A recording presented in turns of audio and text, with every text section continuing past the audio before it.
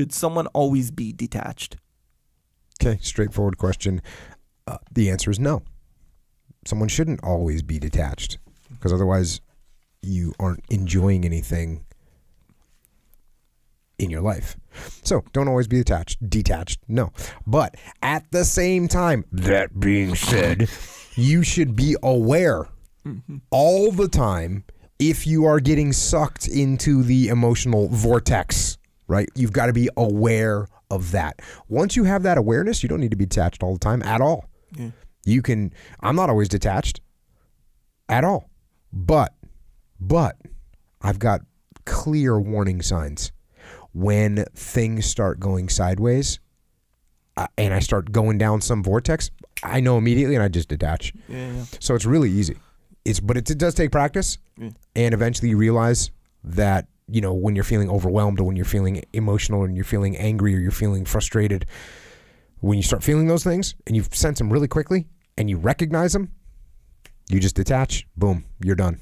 Yeah. So that's what you got to do. Start recognizing those red flags so that you can enjoy the good things, and when something starts getting crazy, you can detach. Yeah, so it's like an overall skill of being able to control when to detach and when you don't have to. Being able to identify when you need to detach, then being able to detach, then you're good. Yeah, so it's like it's a matter of being capable of making an accurate, beneficial choice. Yeah, but the identification is the hard part. Yes, that's people. what I mean. What happens to people when they talk to me is after the fact they realize I lost my temper and I did this. Yeah. Okay, you didn't detach in time, and that's why you ended up there. Yeah. So, or I said some things to my ex-girlfriend that I shouldn't have said because I got too emotional. Exactly. Yeah. You didn't detach in time. Yeah. You got crazy and emotional. So the skill that you're missing is identifying when you're starting to get too emotional, whatever that emotion might be. Once you identify it, boom, detach. Yeah. It's kind of take control. Then you can take control. Yes. And make tactical moves. Yeah. Not emotional moves. And that's ultimately the art, to make the move. You know how like jiu-jitsu guys, if they never take it? Actually, no, you know what? The moves, when you're emotionally detached, the moves actually aren't that hard. They're actually usually pretty obvious. Yeah. Like you're in a fight with your girlfriend. And you're starting to go down the wrong lane. As soon as you detach, you go, oh, I know what I need to do. Yeah. I should say I'm sorry and tell her that we can go to the restaurant that she wants to go to. Or whatever. You know what I mean? Yep. The moves are not actually that hard. Yeah. But we never make good moves when we're being emotional. Right. Instead, we just go, no, I don't want to go to that restaurant. We went there 3 weeks in a row. And I don't care if I said that to you. You deserve me to say that to you. Yeah. That's you go down the wrong path. But what if somebody's like detached the whole time, even when problems don't arise? Then, that. Then we don't have a relationship. Right. That's what I mean. That's a problem. Yeah, that's too. what I'm saying. So you're not being detached all the time. That's the answer to the question. Right. So it's like you've reiterated it for everyone. Yeah, man. That's what I'm here for. I think a lot of time.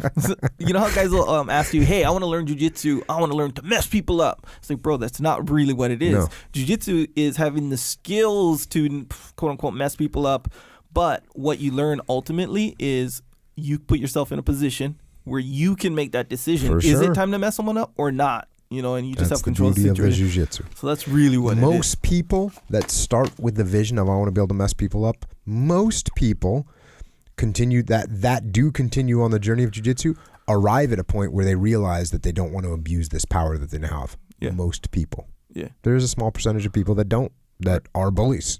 They were bullies when they started, and they become more effective bullies. Yeah. More fearful, more fear imposing bullies. Yeah. Which sucks. Yeah. But jiu-jitsu is power. That's why you got to have some of it. Yeah.